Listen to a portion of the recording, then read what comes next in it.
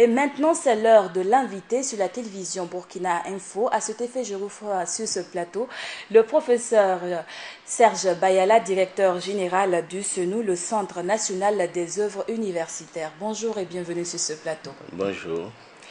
Et ça fait déjà plus d'une année que vous êtes à la tête du CENU. Dites-nous quel bilan vous faites déjà de votre activité.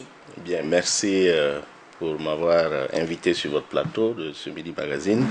Effectivement, j'ai pris service en décembre 2014 et cela fait bientôt plus d'une année que je suis à la tête de la direction générale du Centre national des œuvres universitaires, le CENU. Et justement, il y a de cela une semaine, nous avons sorti un document intitulé Une année de réforme et un agenda pour 2016. Ce document qui est un document à la fois de plaidoyer mais qui s'inscrit aussi dans une volonté de transparence et de redevabilité, rend compte de ce que nous avons pu faire au cours de l'exercice budgétaire passé, où nous retraçons les grands chantiers et annonçons également les réformes pour 2016.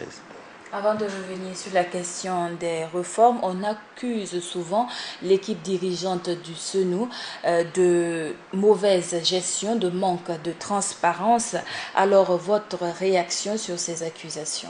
Ok, bien. Alors, nous mettons au défi toute personne qui serait tentée de porter de telles accusations sur notre gestion depuis notre arrivée à la direction du CENU. Et en guise de rappel, je dirais que nous avons été soumis au cours de cet exercice à un contrôle d'un des corps de l'État, l'autorité supérieure de contrôle d'État. Nous avons reçu en retour des félicitations et aussi un certain nombre de recommandations qui engagent les gestions antérieures et réformes sur lesquelles et recommandations sur lesquelles effectivement 2016 sera l'année de mise en œuvre. Et comme je l'ai dit, nous invitons toute partie prenante qui se sentirait dans une ambiguïté quelconque sur les décisions et les actes que nous prenons, à nous approcher avec la presse si elle le souhaite, pour que l'on, de façon transparente, qu'on explique ce qui a été fait et ce qui est envisagé.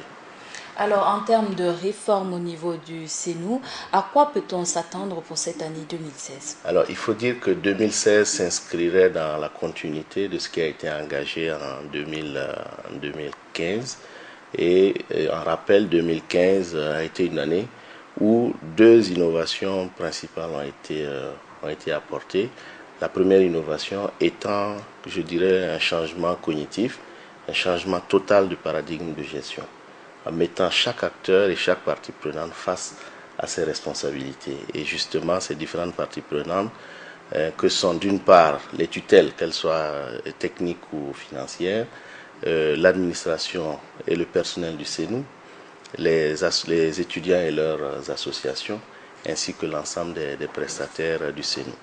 Et le deuxième élément des réformes qui ont été engagées, il s'agit essentiellement de la rationalisation et de la modernisation de la gouvernance administrative et financière du Centre national des œuvres universitaires.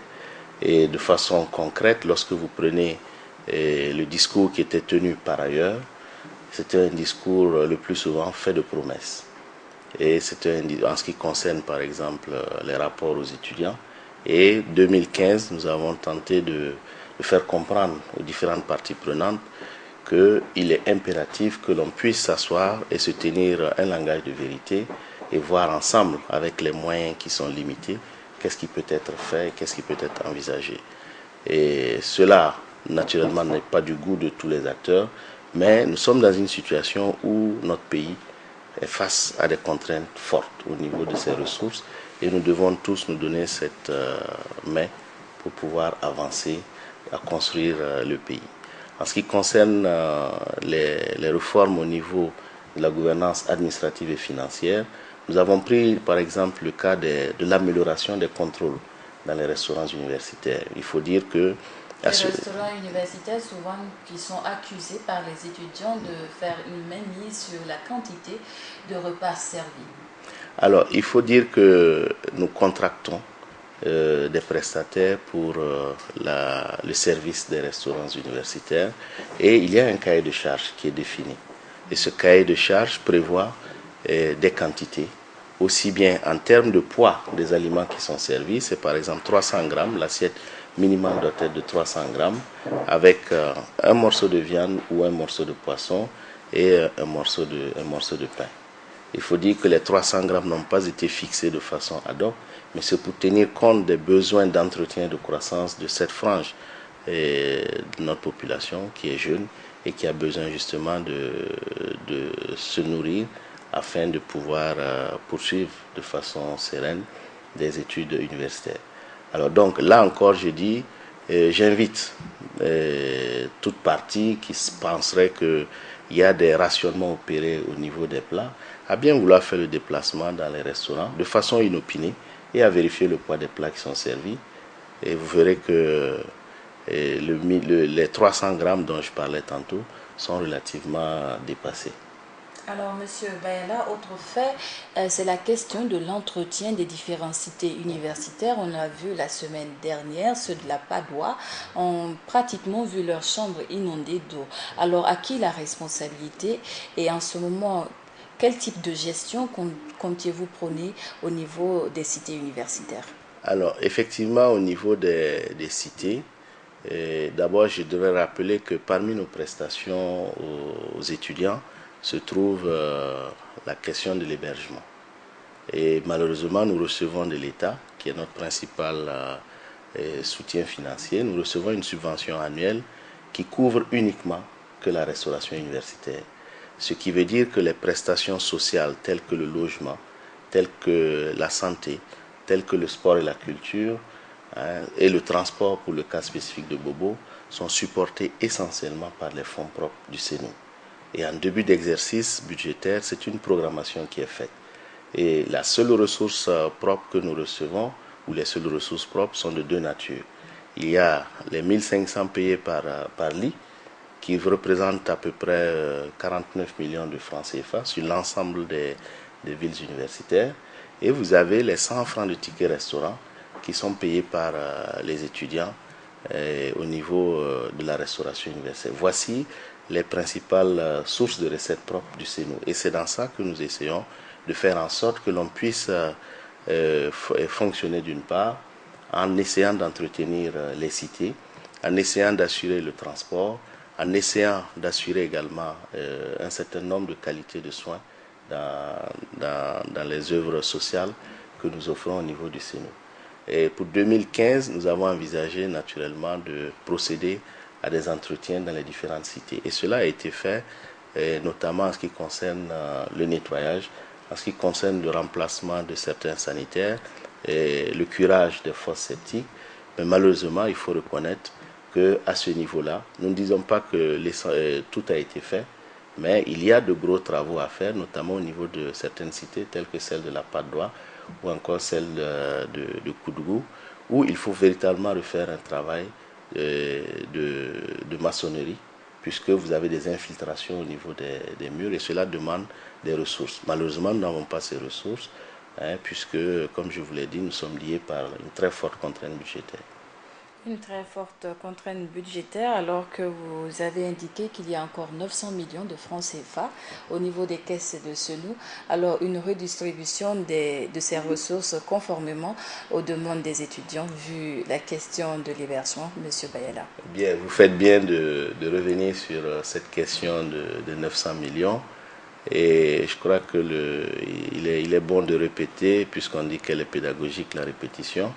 Les 900 millions dont on parle ici, il s'agit d'un effort de contrôle qui a été effectué au niveau des restaurants universitaires.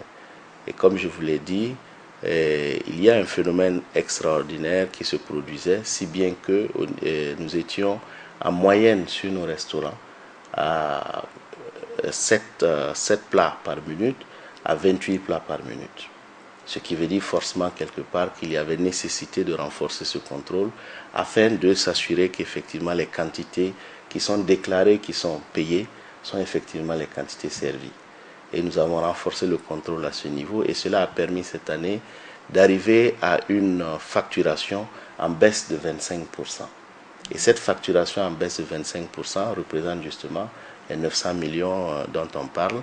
Et il faut dire aussi que l'enveloppe budgétaire qui est allouée en début d'année budgétaire ne permet pas de couvrir les 10 mois de restauration universitaire. Ce qui fait que cette enveloppe couvre la moitié de l'année. Et cette année, nous avons pu payer jusqu'à 7 mois au lieu de 5 mois comme cela se doit. En réalité, c'est une enveloppe qui est liée. Elle est liée à la restauration. Et nous disons, nous avons pu, grâce au contrôle et grâce aussi à la sensibilisation. Mais en termes de cas extrêmes comme ce que l'on a pu voir dans les cités, est-ce qu'il n'y a pas nécessité de faire une redistribution? Cela dépend de... je ne dirais pas dépend. Cela est conditionné par une autorisation du ministère des Finances, qui a voté ce qu'on appelle une enveloppe fixée dans le cadre des dépenses à moyen terme de l'État. D'accord. Merci beaucoup, professeur. Merci d'être venu sur ce plateau. C'est moi qui vous remercie. C'est tout pour cet entretien avec le professeur Serge Bayala, directeur général du CENU, le Centre national des œuvres universitaires. Entretien qui met fin au journal de 13h sur la chaîne Burkina Info. À tous ceux qui nous suivent depuis Gawa et partout ailleurs dans les 45 provinces du Burkina, en les guillemets.